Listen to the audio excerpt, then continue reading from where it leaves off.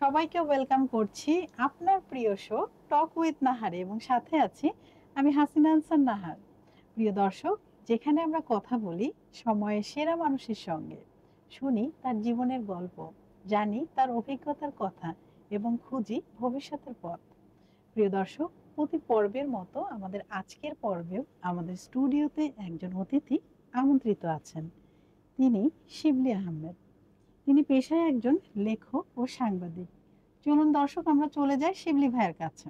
কেমন আছেন ভাইয়া? ভালো আছি, আপনি কেমন আছেন? আমি খুবই ভালো আছি এবং আপনাকে পেয়ে আমরা সবাই অনেক হ্যাপি। Thank you. আপনি আপনার এত ব্যস্ত সময় থেকে সময় বের করে এসেছেন আমাদের স্টুডিওতে। আপনাদেরকে অনেক ধন্যবাদ আমাকে ডাকার জন্য। এজন্য আপনাকে অনেক ধন্যবাদ।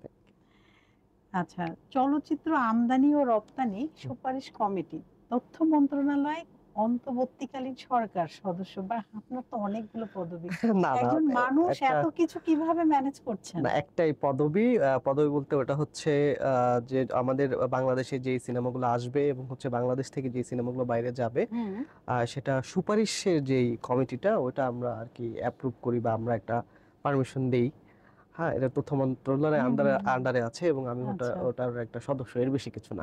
আর এটা তথ্য মন্ত্রণালয়ের আন্ডারে আছে? হ্যাঁ, এটা তথ্য। আচ্ছা আচ্ছা। সাংবাদিক শিবলি আহমেদ, লেখক ও সাংবাদিক হিসেবে আপনার যাত্রা কিভাবে শুরু হয়েছিল? এটা তো একদম শুরু থেকেই আসলে প্রত্যেকটা মানুষ তো দেখা যায় ৩-৪ বছর যখন হয় তখন থেকে তার লেখার যাত্রা শুরু হয়। তার বাবা বা মা যখন স্লেটে লিখে দেয় স্বরে স্বরায়, সে যখন হাত ঘোরায় তখন থেকেই তার লেখার জার্নিটা শুরু হয়। আর সাংবাদিকতার জার্নিও তখনই শুরু হয়। যেমন মা বলছে যে তোমার বাবাকে বলো যে চিপস আনতে, আমি আমার বাবাকে গেলাম, ফোন দিলাম, একটা সংবাদ আমি পৌঁছে দিলাম। এটাই তো আসলে সাংবাদিকতা। তো প্রত্যেকটা মানুষের সাংবাদিকতা সেই দেখা যাচ্ছে যে শৈশব থেকেই, একদম শিশুকাল থেকে শুরু হয়। আমারও সেভাবে হয়েছে। আপনি মনে হয় প্রশ্ন করেছেন প্রাতিষ্ঠানিকভাবে আমার কিভাবে লেখা এবং সাংবাদিকতা শুরু হয়েছে। সেটা হচ্ছে 2015 সালে একটি ম্যাগাজিনের মাধ্যমে, ফুড ম্যাগাজিন ছিল ওটা, রশ্মি ঘর। ওখানে ফিচার রাইটার হিসেবে আমি জয়েন করি, জুনিয়র রিপোর্টার ছিলাম। তখন থেকে আর কি আমার জার্নিটা শুরু সাংবাদিকতায়। সাংবাদিকতা আর লেখালেখির মধ্যে আপনি কিভাবে ভারসাম্য বজায় রাখছেন? এটা এখন একটু প্রবলেম হয়ে গেছে। আগে তো সাংবাদিকতা আর লেখালেখি একই বিষয় আসলে ছিল অনেকটা। যে এখন যেটা হয়েছে, ডিজিটাল প্ল্যাটফর্ম এসেছে, আর আমি যেহেতু সবসময় আধুনিকতাকে গ্রহণ করি এবং আজকের প্রযুক্তিকে আমি গ্রহণ করতে চাই, জানতে চাই, সেজন্য আমি নিজেকে শিফট করেছি ওই ধারার সাংবাদিকতা থেকে ডিজিটালে এসেছি, যেখানে লেখাটা তুলনামূলকভাবে কম। বাট এর আগ পর্যন্ত, মানে আরো 2-3 বছর আগ পর্যন্ত আমি সাংবাদিকতাটা লিখেই করতাম। তো আমার ব্যক্তিগত লেখা ফেসবুকে, আর হচ্ছে সাংবাদিকতা আমার নিউজ রিপোর্ট যেগুলো লেখা ম্যানেজ হয়ে যেত, মানে এটা হতো না। বর্তমান সময়ে সাংবাদিকদের সবচেয়ে বড় চ্যালেঞ্জ আপনি কি মনে করছেন? সাংবাদিকদের চ্যালেঞ্জ একটা বিষয়, আর একটা হচ্ছে বর্তমান সময়ের চ্যালেঞ্জ। বর্তমান সময়ের চ্যালেঞ্জ মানে এখন যে চ্যালেঞ্জটা সাংবাদিকরা ফেস করবে বা করছে, সেটা হচ্ছে সাংবাদিকতার যে মাধ্যম ওটা চেঞ্জ হয়েছে, ডিজিটালের দিকে মানুষ ঝুঁকছে। প্রত্যেকটি মিডিয়ায় তাদের ডিজিটাল আনছে, কিন্তু এই ডিজিটালকে কি বলবো, ওটাকে ডিজিটালকে নিয়ন্ত্রণ করার জন্য অথবা এটাকে লিড দেওয়ার জন্য মুরব্বি যাকে বলে, তারা মূলত আসছেন পেপার থেকে অথবা অনলাইন থেকে অথবা টেলিভিশন থেকে। সো এই 3 জায়গা থেকে এসে ডিজিটালটাকে অ্যাডপ্ট করা খুব কঠিন হয়ে যাচ্ছে তাদের জন্য। কারণ হচ্ছে তারা যখন ডিজিটাল আসছেন, টিভির মেন্টালিটিটা নিয়ে আসছেন, পেপারের মেন্টালিটি নিয়ে আসছেন, অনলাইনের, হ্যাঁ, আলটিমেটলি ডিজিটাল এটা একদমই আলাদা মেন্টালিটির একটা বিষয়। এটা ফ্লেভার আলাদা, এটা ধরন আলাদা। কিন্তু যিনি পেপার থেকে আসছেন, তিনি তার ওই পেপারের আইডিয়াটা এই ডিজিটালে আনতে চাচ্ছেন, এটা হচ্ছে না। বা টেলিভিশন আপনি যখন দেখছেন, আপনি মুড়ি চিড়া নিয়ে বসছেন, আপনাকে আধা ঘন্টায় যেটা দেখানো হবে ওইটাই আপনি দেখবেন। কিন্তু আপনি যখন ডিজিটাল আপনি সেকেন্ডের মধ্যে আপনি সেকেন্ডের মধ্যে সিদ্ধান্ত নিচ্ছেন যে এই রিলসটা আপনি দেখবেন নাকি দেখবেন না। আপনি ডিজিটালটা দেখছেন বাজারে বসে, আপনি ডিজিটাল দেখছেন হয়তো শপিং করতে করতে, আপনার একটু স্ক্রল করে নিলেন, কিন্তু টেলিভিশনটা তো বাসায় বসে দেখেন। সো টেলিভিশনের চিন্তা, আপনি যখনই ডিজিটাল আনতে যাবেন তখন ওই ডিজিটালটা কোলাপস করবে, এটাই স্বাভাবিক। সো এইটাই হচ্ছে বর্তমান সাংবাদিকদের সবচেয়ে বড় চ্যালেঞ্জ। ট্রেনিং নিয়ে আসবে তারা, ডিজিটালি ট্রেন্ড হয়ে আসবে। ডিজিটাল আসলে এমন রকেট সায়েন্স না যে এটার জন্য আপনার 1 বছর ট্রেনিং লাগবে। জাস্ট মেন্টালিটিটা চেঞ্জ করতে হবে যে আমি digital, I am not television, I am not paper, I am not online. আচ্ছা। আমি ডিজিটাল, এটা যদি কেউ বিলিভ করতে পারে তাহলে হচ্ছে সেই মানে ডিজিটালটা ধর্মটাকে ঠিকমতো রাখতে এক্স্যাক্টলি হবে, এক্স্যাক্টলি আমি হ্যাঁ, ডিজিটাল। এক্স্যাক্টলি হ্যাঁ। হ্যাঁ। আপনার লেখার মূল অনুপ্রেরণা কি থেকে আসে? লেখার এটা তো অনেক বড় ঘটনা, আমি সংক্ষেপে বলি। হ্যাঁ, যে লেখার যে তাড়না, মানুষের লেখার তাড়না অথবা সে সিনেমা করবে সেই তাড়না, এই তাড়নাগুলো ঠিক ক্ষুধার মতো। আপনার ক্ষুধার তাড়না কোত্থেকে আসে এটা ব্যাখ্যা নাই তো আসলে। মানুষের যৌনতা, মানুষের আবেগ, রাগ, তারপর হচ্ছে মানে রাগ দুঃখ, এগুলো কোত্থেকে আসে এটা বিজ্ঞান এখনো আবিষ্কার করতে পারেনি। চেষ্টা করেছে, যেমন হচ্ছে 1800 সালের দিকে ভারতীয় একজন লেখক, তিনি ছিলেন একজন এসআই পুলিশের, ওনার ভদ্রলোকের নাম হচ্ছেন ডক্টর পঞ্চানন ঘোষাল, মেবি আমি ভুলে গেছি। তো সেই ভদ্রলোক তার অপরাধ বিজ্ঞান এবং অপরাধ তত্ত্ব বইয়ে বেশ কিছু অনেকটা গবেষণামূলক কিছু কথা বলেছিলেন, যেখানে আমরা জানি যে এই স্পৃহাগুলো, যে লেখা কোত্থেকে আসে। আমার মন থেকে যখন ইচ্ছে করে লিখতে, একটা তাড়না আছে ভিতর থেকে যে তুমি এখন লেখো, কোন একজন ভিতর থেকে বলে না।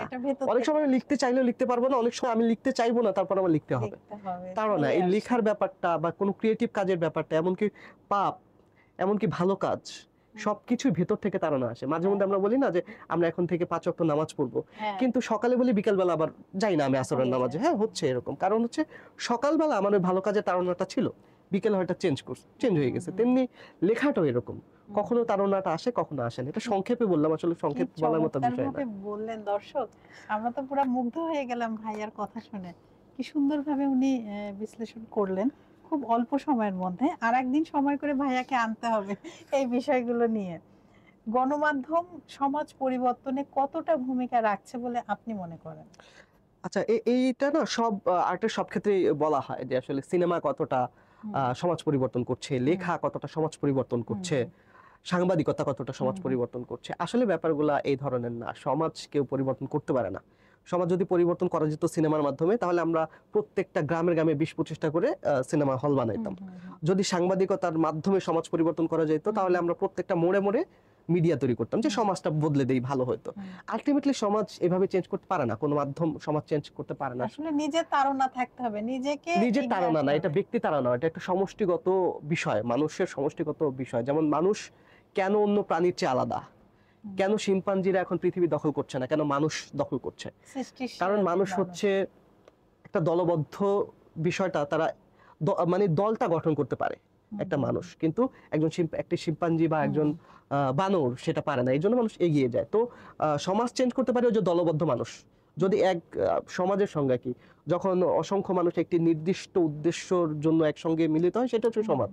তো অসংখ্য মানুষ যখন একটা উদ্দেশ্যকে করবে, মানে ধারণ করবে, তখন সমাজটা মানে পাল্টাবে। এটা আমি গণমাধ্যমের মাধ্যমে বা সিনেমার মাধ্যমে, বইয়ের মাধ্যমে এটা আসলে পাল্টানো যায় না, প্রভাবটা বিস্তার করা যায়, কিন্তু পাল্টানো যায় না। মানসিকতা কিছুটা পরিবর্তন করা যায়, কিছু সময়ের জন্য। কারণ হচ্ছে যে আমি বললাম, আপনার রাগ, আবেগ, এটা কিছু সময়ে থাকে মানুষের ভেতরে, লম্বা সময় থাকে না। আপনি একটা ভালো বার্গার খেলেন, স্বাদটা কতক্ষণ থাকে মুখের মধ্যে? 10 মিনিট, এরপর আবার চলে যাচ্ছে। আপনি রাগলেন 5 মিনিট, আপনাকে আমি নসিহত করলাম যে আজকে থেকে তুমি ভালো হয়ে যাও, নামাজ পড়ো, সেই 10 মিনিট আপনার ভিতর কাজ করবে, কিন্তু তারপর কিন্তু আপনি সেই আগের আপনার ভেতরের মানুষেই পৌঁছে যাবেন।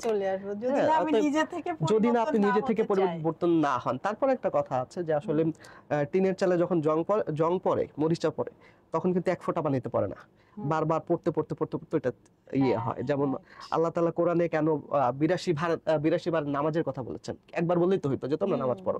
কারণ ওইটাই, যে একটা টিনের চালে যখন বারবার পানিটা পড়ে, তখন মরিচার সৃষ্টি হয়। তেমনি যখন আমি যদি বারবার আপনাকে বলি এটা করো, এটা করো, এটা করো, একটা সময় আপনি রোবোটিক ভাবে ওটা করবেন। এটাকে প্রভাব বলা যায়। যদি এই ধরনের প্রভাব আপনি বলেন এটাকে প্রভাব, তাহলে গণমাধ্যম কিছুটা প্রভাব রাখতে পারে মানুষের মধ্যে, কিছুটা অবশ্যই, অল্প সামান্য। হ্যাঁ, সোশ্যাল মিডিয়ার যুগে সাংবাদিকতার জায়গা কতটা বদলে গেছে বলে আপনি মনে করেন? আচ্ছা, এটা তো সেদিন সলিমুল্লাহ স্যার এরকম বললেন যে আগে মানুষ একটা ঘটনা শোনার পর পত্রিকা দেখতো যে ঘটনাটা কতটা সত্য, এখন হচ্ছে পত্রিকায় দেখার পর মানুষ সোশ্যাল মিডিয়া দেখে যে কতটা সত্য। সোশ্যাল মিডিয়ার যুগে ওই যে বললাম যে এখন আসলে সোশ্যাল মিডিয়ার হচ্ছে যেটা যে মিডিয়ার আগে মানুষের কাছে সংবাদটা পৌঁছে যাচ্ছে। আমি ঘটনাটা বলার আগে সে দেখে নিয়েছে, কারণ ফেসবুকে ছড়াই গেছে। তাহলে সে কি দেখতে চাচ্ছে, মানে মিডিয়া সে কেন যাবে, মিডিয়ার কাছে কেন যাবে? কারণ হচ্ছে এই ঘটনার সত্যতা একটা ভিডিও বা একটা সংবাদের মাধ্যম ভেতর ফেসবুকে তিনি যেটা পেলেন অথবা ইউটিউবে যতটুকু দেখলেন ওটার মধ্যে ডিটেলস থাকে না। তো মিডিয়ার কাজ এখন হওয়া উচিত ওই ডিটেলটা না। যেমন আমি একজন দেখলাম খুন হয়ে গেছে, কেউ একজন কাউকে পিটাইছে, আমি জানি না কে পিটাইছে কে মার খাইছে, সংবাদ মাধ্যম ওইটাই যে ওনার নাম কি, কোথায় থাকে, ঘটনাটা কেন ঘটছে, ডিটেলটা আনতে হবে। এই কারণে হচ্ছে মানুষ গণমাধ্যম মুখী হবে সোশ্যাল মিডিয়ার যুগে। এটা খুব ভালো বলেছেন, কারণ আমরা যেটা দেখছি ওটা ডিজিটাল শর্ট, খুব দ্রুত, আর দেখছি ইচ্ছা না হলে সরাই ফেলছি, মানে এটা আমাদের ইচ্ছা। একদম একদম। লেখালেখির সময় কোন বিষয়গুলো আপনাকে সবচেয়ে বেশি নাড়া দেয়? লেখালেখির সময় কোন বিষয়গুলো আমার আসলে মানুষের অধিকার যেটা, মানে আমার ব্যক্তিগতভাবে এইটা নাড়া দেয়। বিশেষ করে হচ্ছে আপনার গরিব মানুষের অধিকার, যেটা বেসিক্যালি মানুষ যেটা করে যে যাদের অনেক ধন সম্পদ আছে তাদের পক্ষে তারা কাজ করতে বাধ্য হয়, আসলে কথা বলে না, আসলে কথা বলতে বাধ্য হয়, কারণ দিন শেষে তো আপনারও ভাত খেতে হবে। সো একজন রিকশাওয়ালার পক্ষে কথা বললে রিকশাওয়ালা নিজেই খেতে পারে না, আমাকে কি দিবে, এই সাইডটা মানুষ এড়ায় যায়। তো আমি একটু তাদের পক্ষে হয়ে কথা বলতে চাই, বা সেই সব মানুষের কথা যাদের কথা আসলে মানুষ বলে লাভ পায় না, কোনো লাভ নাই। এরকম মানুষ অনেক কম যে এই বিষয়টা নিয়ে কথা বলছে। না, আছে মানুষ, এই ধরনের মানুষ বেশি, কিন্তু তারা হচ্ছে ওই যে রিজিকের কাছে বা সামনেও আসে না, কিন্তু সামনে আসে, এসে কি করবে আসলে, কেন তাদেরকে পাচ্ছে না? ওই যে দলবদ্ধতা, আপনাকে একটু আগে যেটা বললাম যে পৃথিবীতে ভালো মানুষের সংখ্যা বেশি, খারাপ মানুষের সংখ্যা খুবই কম। সমস্যা হচ্ছে ভালো মানুষও দলবদ্ধ না, খারাপ মানুষও দলবদ্ধ। সাংবাদিকতার পথে কেন কোনো ঝুঁকি বা স্মরণীয় অভিজ্ঞতা আপনার সাথে শেয়ার করবেন আমাদের সাথে? সাংবাদিকতার যে ঝুঁকি বেসিক্যালি যেটাই বেশি থাকে সেটা হচ্ছে যারা নিউজটা করে, যদি এই ঝুঁকিটা থাকা উচিত না, যেমন মাথা ফাটা, বোমার সামনে যাওয়া, হ্যাঁ এটা সভ্য লোকের কাজ হতে পারে না। সাংবাদিকতা করলে কেন ঝুঁকি আসবে? একটা মানুষ তথ্যের জন্য যাবে, আপনি তথ্য দিবেন, এখানে মারামারি কিছু নাই তো।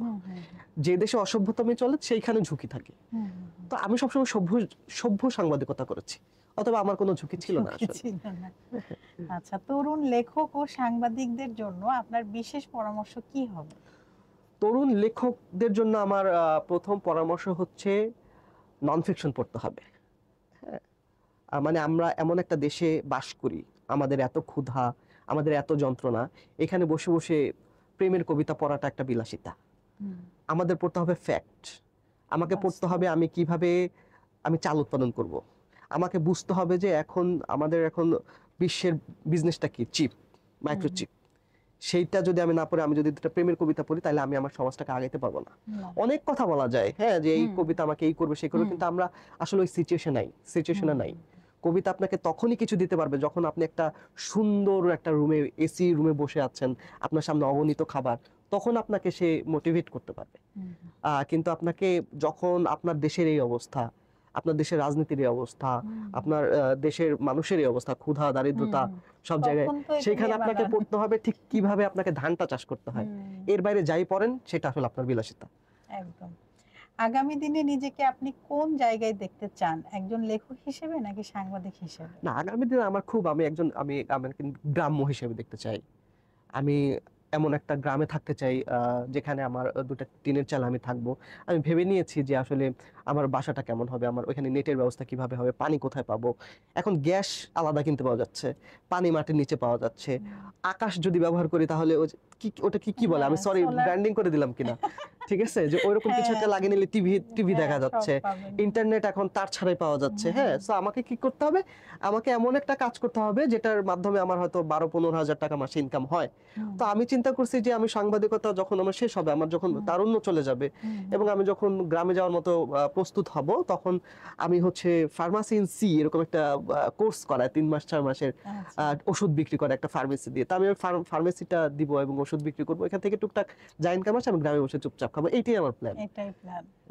খুব ভালো লাগলো। তো এখন কিন্তু আমরা টক উইথ নাহারের র্যাপিড ফায়ার কোশ্চেনে চলে যাচ্ছি। আপনি প্রস্তুত আছেন তো? হ্যাঁ, কলম না কিবোর্ড, কোনটা দিয়ে লিখতে ভালো লাগে? কিবোর্ড। আপনার প্রিয় সাংবাদিক কে? খালিদ মহিউদ্দিন। বই না নিউজ রিপোর্ট, কোনটা লেখা বেশি চ্যালেঞ্জিং? বই লেখা বেশি চ্যালেঞ্জিং। ইয়েস। আপনার প্রিয় বাংলা সাহিত্যিক? আকবর আলী খান। অবশ্য উনি সাহিত্যিক কিনা, উনি অর্থনীতি নিয়ে লেখেন। আচ্ছা, কিন্তু আপনার ভালো লাগে? আমার ভালো লাগে, হ্যাঁ। কফি না চা, কোনটা দিয়ে লেখা শুরু করেন? আমি কফি চা বা লেখা শুরু করতে কিছু লাগে না লাগে আমার, না? না কিন্তু আমি কফিটা এড়িয়ে চলে চাটা খাই। চাটা পছন্দ করেন? দুধ চা না রং চা? অবশ্যই দুধ চা, বিলো স্ট্যান্ডার্ড যদিও, কিন্তু আমি দুধ চা পছন্দ করি। আপনার সাথে আবার এটার অনেক মিল। এক শব্দে সাংবাদিকতা কি? কিছুই না। কিছুই না? নাথিং। আবার অনেক কিছু। নাথিং। কিছু না। আমি আসলে বাংলাদেশে, আমি একটু বলি র্যাপিড ফায়ার, র্যাপিড প্রশ্ন হলে এখানে বলি, বাংলাদেশের মানুষ বা এই সাবকন্টিনেন্টের মানুষ পেশাকে অনেক মহৎ ভাবে দেখে। পেশা অনেক মহৎ কিছু না আসলে।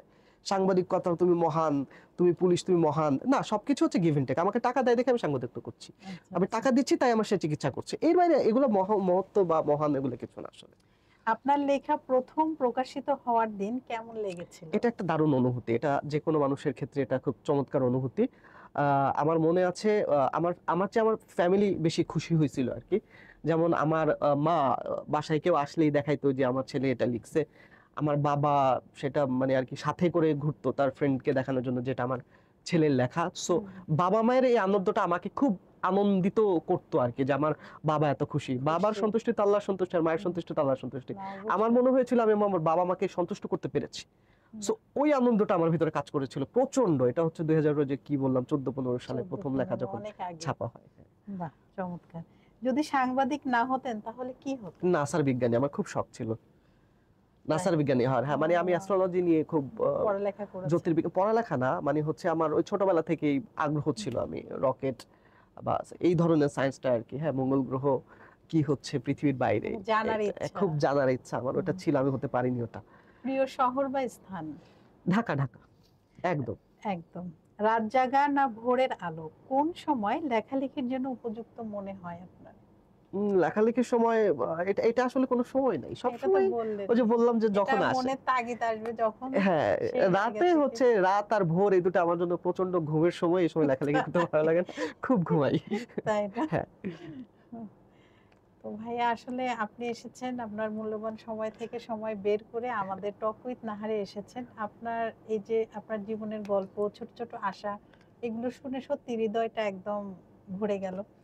তো আপনার কেমন লাগলো আমাদের টক উইথ নাহারে এসে? হ্যাঁ, আপনাদের ভালো প্রোগ্রাম, খুব সুন্দর প্রোগ্রাম, এবং হচ্ছে আশা করি এটা আরো ভালো করবে। আশা তো করাই যায়। না, তা তো অবশ্যই। সেই। Thank you so much. আপনাদের অনেক ধন্যবাদ আমাকে ডাকার জন্য। আবারো নতুন কোনো আয়োজনে আপনাকে আমরা ডাকবো। ইনশাআল্লাহ দেখা হবে। Thank you. দর্শকদেরও ধন্যবাদ। দর্শকদের উদ্দেশ্যে কিছু বলবেন? হ্যাঁ, দর্শকদের জন্য ধন্যবাদ। দর্শক, যেটা বলতে চাচ্ছি, আধুনিকতার সঙ্গে থাকুন, প্রযুক্তির সঙ্গে থাকুন, আধুনিক হন। পেছনে যারা আছে, পুরনো যারা আছে, যারা পেছন থেকে আঁকড়ে ধরতে চায়, তাদেরকে না বলুন, এটাই আবেদন। Thank you so much. দর্শক, আপনারা যারা এতক্ষণ আমাদের সাথে ছিলেন, আপনাদের সবাইকে অসংখ্য ধন্যবাদ। আবারও নতুন কোনো অতিথিকে নিয়ে আপনাদের সবার মাঝে আমি হাসিনা আনসার নাহার উপস্থিত হব। ততক্ষণ পর্যন্ত আপনারা সবাই ভালো থাকুন, সুস্থ থাকুন এবং আমাদের সাথে থাকুন। আল্লাহ হাফেজ।